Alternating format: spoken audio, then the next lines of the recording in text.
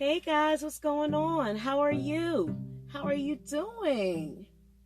I hope this podcast finds you well. I hope that you are able to sit back for a second and listen to just a little bit more perspective on a situation known as the Potter's House. That's what I've been covering as of lately, and I'm going to really quickly come before you. And today I'm going to be talking about Sarah Jakes.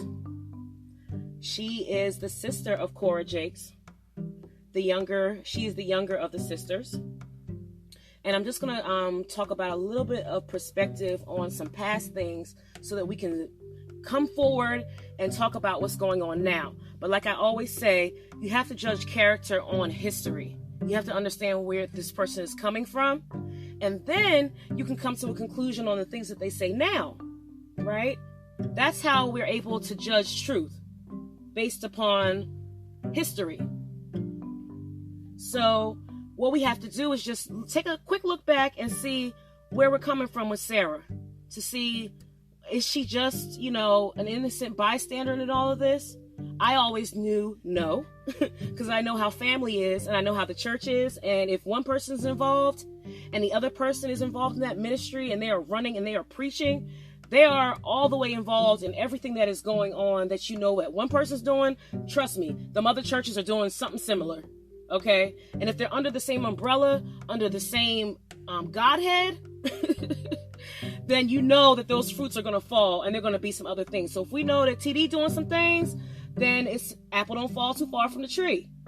So that is why we are taking a look at these individual moving parts. And before I get started on this, I'm just going to say, we're going to continue to move forward.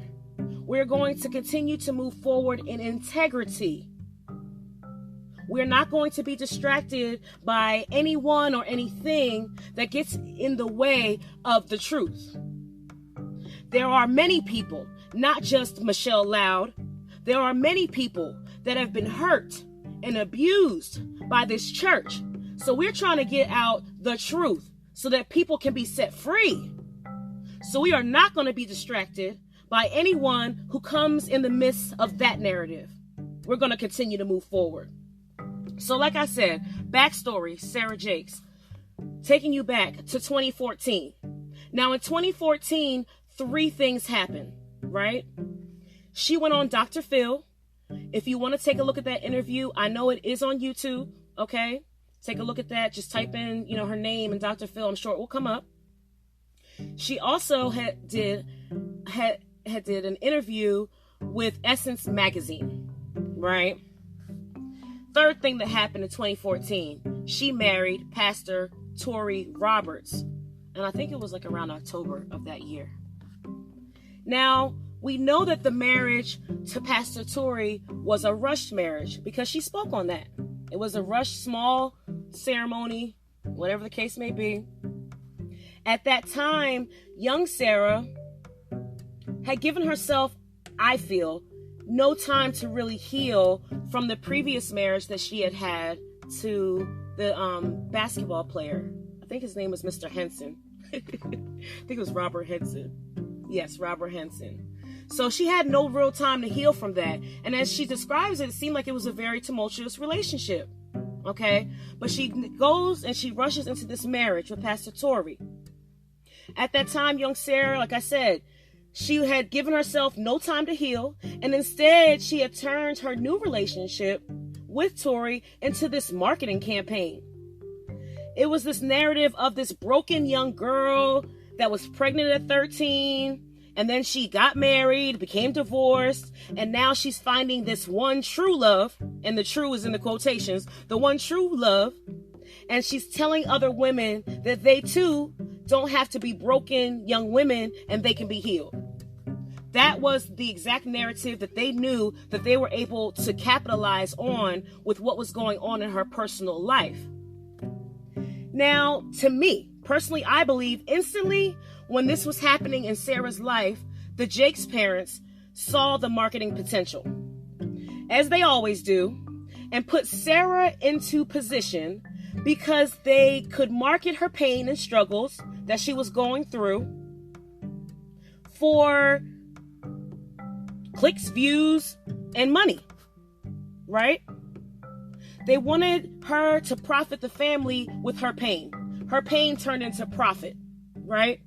And now that I listen back to some of the inspiring words that she spoke on, I kind of see it. It's always that constant same theme. And I think because of the fact that I was so broken and what I was going through at the time, it was very easy to receive it as a message from God. And the thing about it is, it's not that the word is bad. It's just that it's not preaching. It's not Bible. It is an inspired word. Trust me. We would not be sitting here talking about these aspects of the Jakes family if it was not a church. If they had just been like some very well produced, family, and, T.D. Jakes was a motivational speaker and all his children were motivational speakers and they did not profess the name of the Lord, did not bring up the Bible at all and say that how God is pleased with these things that they're doing. If they had never brought God into it, we wouldn't be sitting here talking about it right now. Right? But instead, they decided that whatever is happening in their life, they're going to find a way to make that work to fund this Jakes enterprise that they were building. So at that time, this is Sarah's piece. She's going through these things in her life, and her parents are literally profiting off of her pain and struggles. Now, alternatively, what they could have done at that time was send her away, right? For intensive therapy. Let's say that she's too much in the public eye where she lives, right? And at that time, she had gone through this divorce and they know what's going on, the inner workings of that relationship and what the truth is. Why wouldn't a loving parent say, hey, baby, look, before you decide that you're going to do X, Y, Z, and H, let's go ahead and send you away for intensive therapy for a while. Let's let you take care of you. Because that's what the rich do. They go away. And they handle their problems on a nice beach. And I'm not mad at it. Do what you got to do to get your healing. Okay? Because whatever is the situation, as long as you're getting what you need and you're taking that time for yourself, then it gives us a little bit better perspective that, hey, she's healed. She knows who she is. She understands the dynamics of her previous marriage and why it went wrong. She's worked these things out to a certain level, and now she is going to enter into this new family with Tori being a healed woman. But that's not what I'm seeing, in my opinion, from this story. Okay? Now, any relationship in marriage, you have to, in order for it to be healthy, you have to make sure that each individual party does the work. You got to do the work. And it just seems like both Sarah and Tori had multiple children from previous relationships and previous spouses. They both decided to start a new relationship with no time in between, in my opinion, allegedly. Now, based upon Sarah's interview at that time, this is the interviews that she had at that time, it's clear to see, in my opinion, that Sarah, like I said, she was not healed. And she also lacked a level of maturity. She just did not seem to be that mature at the time. Now, normally, nothing is wrong with that, okay? We all grow, develop, and mature at different times in life. But the Jakes decided to thrust her into the spotlight to teach to thousands upon thousands of souls, which, in my opinion, should not have happened, especially not at that time in her life. This is why it is so easy to preach misinformation when you have not studied to show yourself approved. There's a process in order to become a preacher, in order to preach the word of God through the Spirit of God. There is a process. You can't just look like it and sound like it. There's something that goes on with the inner man. Something that goes on with that inner man. Ooh, that made me happy. But there's something that goes on inside of you first. And once you are touched and you have the knowledge and the information, like from the theology school, then when those two things come together, you're reckoned to be forced with because you've got both things. You can do both. Now you're walking in truth and integrity. You can send out the word. But if you don't have the education and the knowledge and you don't understand what you're reading, then there's a tendency that that word will be sent out improperly. Then it becomes blasphemy when you say certain things that are just not right. But you're so powerful, you're so rich, you're beautiful, you're so relatable that people tend to overlook that, especially Black people. And we've got to stop doing that. We've got to seek God so that we can understand who these people are that are preaching to us. Because it's not that they're bad people necessarily, not always, but it doesn't mean they need to be before you preaching you a word, because now that person's spirit starts to infiltrate yours. And there's a whole process behind that with preaching. Now, in Sarah's 2014 interview with Essence, she said a couple of things that I found to be interesting. This is her first statement that she made in the interview. In my previous marriage, I was nearly arrested. I mean, showed my tail, okay? So being vulnerable and being treated like a lady wasn't something that I had really become accustomed to, because I was used to being tough and taking care of myself.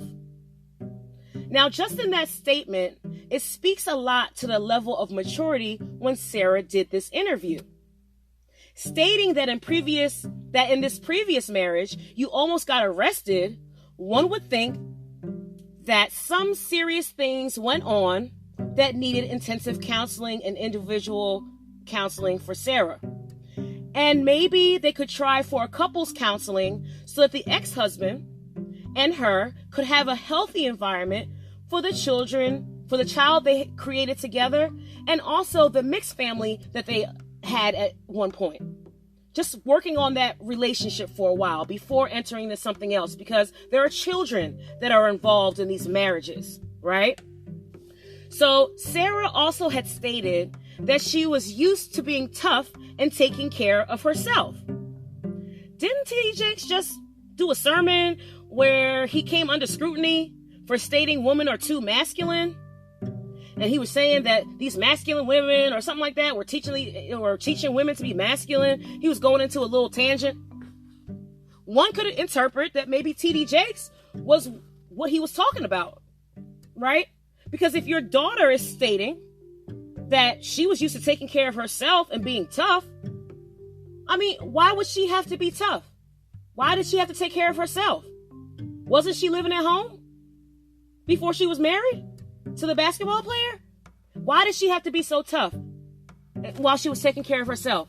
Her parents were still involved in her life. Her parents were still supposed to be molding and guiding her at that time. So to me, it's a bit hypocritical for TD to now come in front of people and state what needs to be changed, right? And here we are back in 2014, and Sarah's talking about some of her experiences. Now, the Essence article also wrote, Sarah stated in 2012 she chose to end her marriage to Henson after 4 years because of multiple infractions and safety concerns. This is the statement from Sarah in regards to that first divorce, or her only divorce. After professional counseling and prayerful consideration, I have decided to end my 4-year marriage, she noted at the time of the decision. There are biblical grounds supporting this decision, and I have attempted every other recourse, but after multiple infractions over the course of the union and that of my children, I have come to this painful decision. Now, to me, in my opinion, when I read that, it just had a spirit on it. It just felt very similar to the divorce decree, that the divorce statement that Cora Jakes had come out with on social media. It just seemed like a similar spirit. I'm not saying it's the same exact wording, but to me it felt similar. Here's Cora's statement. Cora's statement states. All right, I'm sorry. So she states, it is with a heavy heart that I announce that my husband and I have decided to divorce. This is a private and personal matter, and I kindly ask for your prayers as I prioritize myself and, most importantly, my children's well-being at this time. Right? My children. Number 1, I would let the family publicist know Because in my opinion, it feels like the publicist has been the same over the years. But hey, we could be wrong. But I feel that is a possibility. It feels similar to me. So number one, I would let the family publicist know that the children can only be made by two people. Two. So this delusion of children just being the Jakes is reflected when they keep saying my children, my children. It speaks to their mindset. It speaks to what they believe to be true. That this is mine. It don't have nothing to do with you. I don't care if we made this child together. It's mine. And I decide what's going down. Now, the final statement Sarah made with the Essence interview that I found interesting was this. She stated, I was in a place where I knew anyone would be honored to take me to dinner, and I extended the privilege to him. Now, normally, I'm going to tell you what, I would have heard that like, girl, you better get it. You extended your privilege to Pastor Tory. Normally, everybody wants your number, but you allowed him the privilege, right? If you don't understand the history of the family, this statement, it could be interpreted. It could be interpreted as a woman who had been mistreated before, and that she's now reclaiming back her worth. And there's nothing wrong with that. However, now that we know how possessive this family is, it's now unfolding before us, I personally think we may have seen a little sneak peek of how she really feels. That she is the only person that has the say of what is going on, what's going to happen, even if that decision is not a decision only she should be making.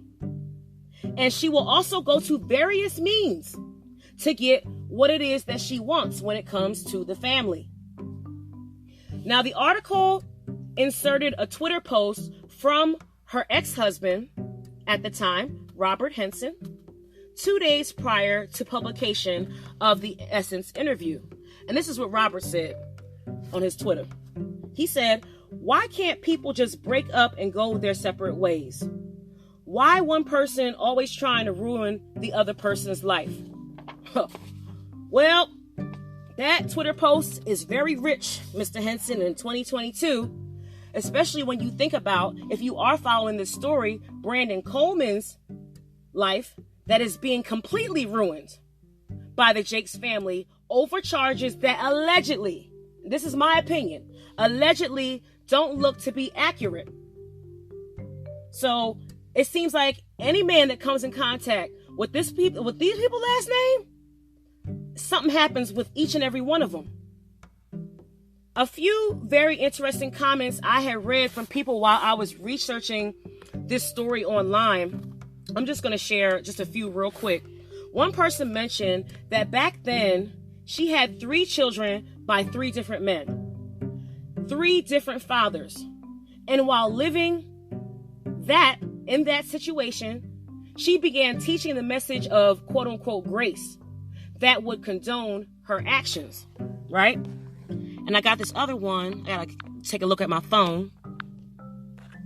This one states, word is, the reason Robert, the ex, got hushed so quick is that TD Jakes stepped in and pretty much told him he didn't want to make public, basically said, my lawyers will run circles around you and yours, and you'll wish you never got into this fight.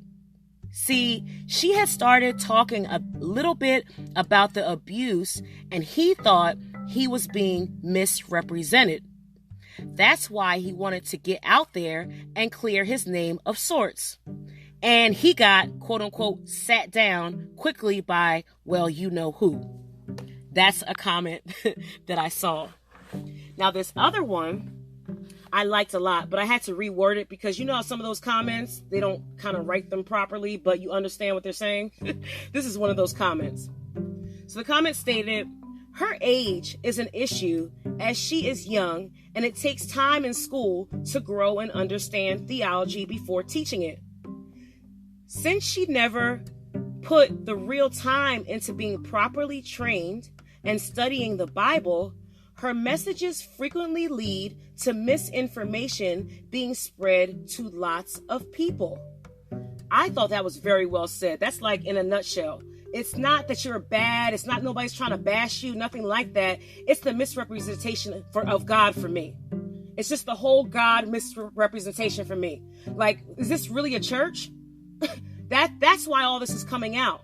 Because what's being painted before you is just not the situation. And you've got to understand what happened, how we got here, right? So you're understanding some pieces, just some small pieces here and there of what things might have looked and felt like back then in 2014.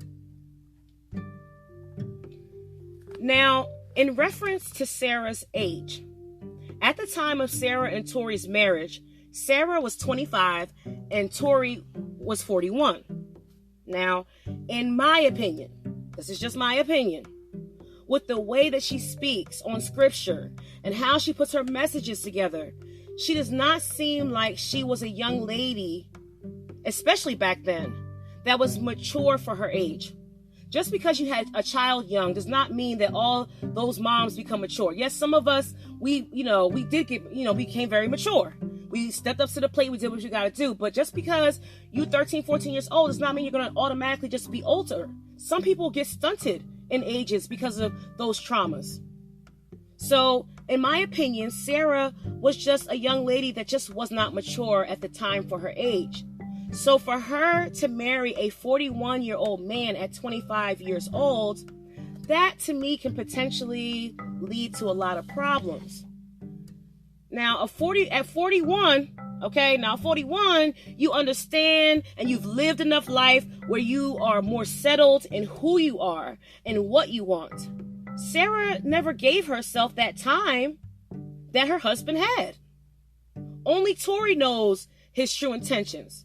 But it raises some questions with everything that is currently going on with this family. You know, the age differential, the healing, the process, the things that she says and she preaches. It raises questions of authenticity. Does she really, I don't know if there's a lot going on. And then there's some new information that's come to light as well, but I'm going to take this in order. So, oh man, we already at 22 minutes. Okay, so I'm going to cut this one here. We talked about 2014 in this one. We talked about the backstory of Sarah.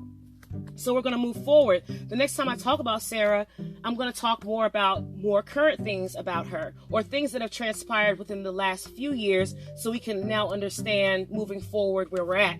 Okay? Because like I said, social media can paint a beautiful picture. It makes it look like, you know, she got 50 million subscribers and 20,000 likes on every single post. People don't understand. They're small-minded. They don't understand that there are media marketing companies behind these individuals. That's a lot of these comments are curated. There's a whole thing behind this. I know it because I know these companies and stuff. This is something that I know. So this happens. It's regular, especially around big content creators. So you don't even know what you're looking at if it's real. Oh, everybody loves her. Oh, she's so great. Or, oh, this conference is sold out. And then somebody takes a picture at the conference and it's not even filled up. Or somebody takes a look in church and the church is not filled up anymore. But it's not lining up with what we see. So there's some discrepancies here. We're starting to see the cracks start to come out because God will not be mocked. You can be a great motivational and inspirational speaker, but God will not be mocked. Period. Ever. So the darkness, like I said, we gonna see the light. We gonna see the light out of this. And it's just a cautionary tale for you guys to be vigilant and pay attention and don't be so quick to believe everyone. Even the people who are exposing people. You have to be careful in everyone that you surround in your space. Because if that person does not have good intentions and you can't read spirit and you can't pick up spirit, but just by how people talk and how they move, if you can't pick up spirit, then you have a tendency to get sucked into foolishness all the time. You don't want to come out of Potter's house and then find yourself in another grift. You don't want to find yourself in another hustle or somebody else trying to take your money and not have your best interests at heart. So it's very important that you understand that you have to be more vigilant. You have to do your research. You have to understand, because information is out there, but a lot of times we don't want to hear it unless somebody gives it all to us, and it's given to us in like 5-10 minutes. And it's all good. We're doing it. But like I said, here's Sarah's first part. We talked about her and her backstory of how she started this whole new chapter in her life and what that looked like. Because some of you have already heard some of the new allegations, or not allegations, yes, we have to say allegations of court documents. And you have to understand the past to know, because people are asking, well, did he do this? Did he do that? Well, if you understood the relationship and what's going on and how they treat their spouses, then maybe you wouldn't ask those questions like that. But we have to kind of take a look at everything, not just an isolated piece. All right, guys, I love you so much. I'm going to talk to you again, like I said, very shortly. The saga continues. Be blessed, and until next time, bye.